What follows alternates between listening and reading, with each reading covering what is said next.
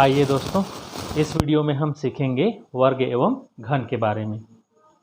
वर्ग एवं घन निकालना बहुत ही आसान है और हम इस वीडियो में बहुत ही आसानी से वर्ग एवं घन को निकालना सीखेंगे।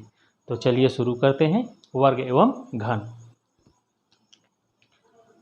वर्ग का मतलब होता है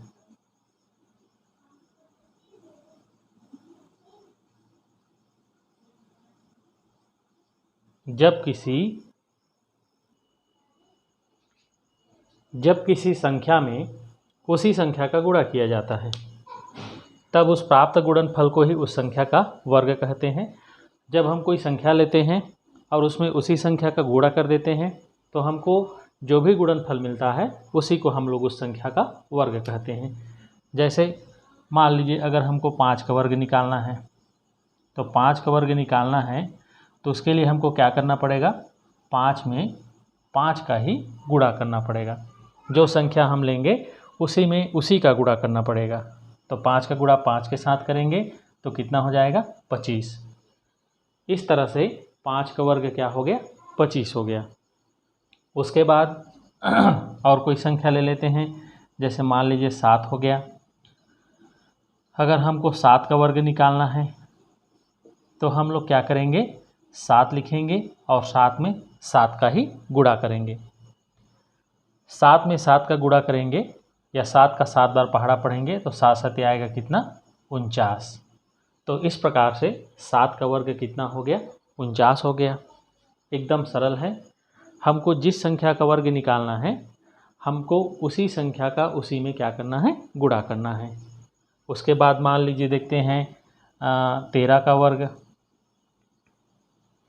तो 13 का वर्ग निकालने के लिए हम क्या करेंगे, 13 में 13 का गुणा करेंगे।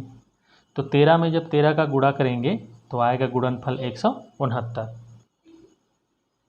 तो इस तरह से हम किसी भी दी गई संख्या का वर्ग निकाल सकते हैं।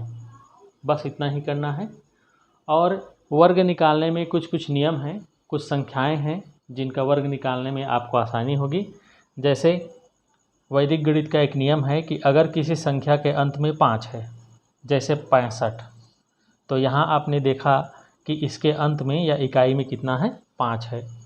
तो अगर हमको इस संख्या का वर्ग निकालना हो तो हम लोग इसमें 65 में 65 का गुणा नहीं करेंगे। हम क्या करेंगे, ये 5 है और 5 का गुणा 5 के साथ करेंगे तो कितना हो जाएगा, 25। अब उसके बाद यहाँ पर दिया हुआ है 6, 6 में एक और जोड़ेंगे तो आ जाएगा कितना, 7।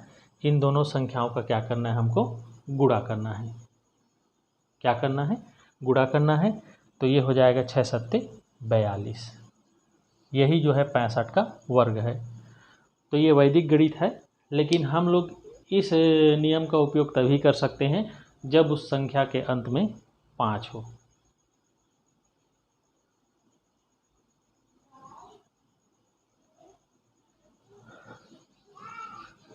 इसके बाद हम लोग देखेंगे घन निकालना। तो घन का नियम क्या होता है, जैसे वर्ग का नियम है उसी प्रकार से घन का नियम है, उसको मैं लिख दे रहा हूँ। वर्ग के जैसे ही हम लोग घन निकालना सीखेंगे। तो घन किसको कहते हैं, जब किसी संख्या में उसी संख्या का 2 बार गुणा किया जाता है। वर्ग में केवल 1 बार गुणा किए थे, लेकिन घन में 2 बार गुणा किया जाता है। तो जब किसी संख्या में उसी संख्या का 2 बार गुणा किया जाता है तब उस प्राप्त गुणनफल को उस संख्या का क्या कहते हैं, घन कहते हैं। आइए कुछ उदाहरण देखते हैं। मान लीजिए हमको 2 का घन निकालना है, इसी को क्यूब भी बोलते हैं। अंग्रेजी में घन को क्यूब बोला जाता है। 3 का घन निकालते हैं, 4 का घन निकालते हैं। इस प्रकार हम 3 संख्याओं का घन निकालते हैं। तो 2 का घन निकालने के लिए हमको क्या करना पड़ेगा, 2 में 2 बार उसी संख्या का गुणा करना पड़ेगा, 1 बार और ये 2 बार।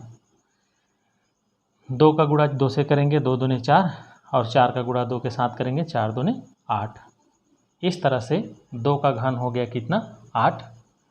अगर हमको 3 का घन निकालना है तो 3 में हम 3 का 2 बार गुणा करेंगे, इस प्रकार से। 3 में हम 2 बार 3 का और गुणा किए, उसके बाद गुणा कर दीजिए, 3 तिया 9 और 9 का गुणा 3 के साथ करेंगे तो 9 तिया 27। इस तरह से 3 का घन क्या हो गया, 27 हो गया। तो हम लोग इस प्रकार किसी भी दी गई संख्या का घन ज्ञात कर सकते हैं। जैसे अगर हमको 4 का घन निकालना है तो 4 में 4 का 2 बार गुणा करेंगे, इस तरह से 4 गुणा 4 और गुणा 4, 4 चौक 16 और 16 चौक 64। इस तरह से 4 का घन कितना हो गया, 64 हो गया। तो इस प्रकार से हम किसी भी संख्या का वर्ग एवं घन ज्ञात कर सकते हैं। यह बहुत ही आसान है और आसानी से हम किसी भी संख्या का वर्ग एवं घन ज्ञात कर सकते हैं। अगर बड़ी संख्याएं आती हैं तो बड़ी संख्या में गुणा करने में थोड़ा सा ज़्यादा लंबा पड़ता है और बाकी विधि वही होती है। हम इसी विधि से कितनी भी बड़ी संख्या हो हम उसका वर्ग एवं घन निकाल सकते हैं।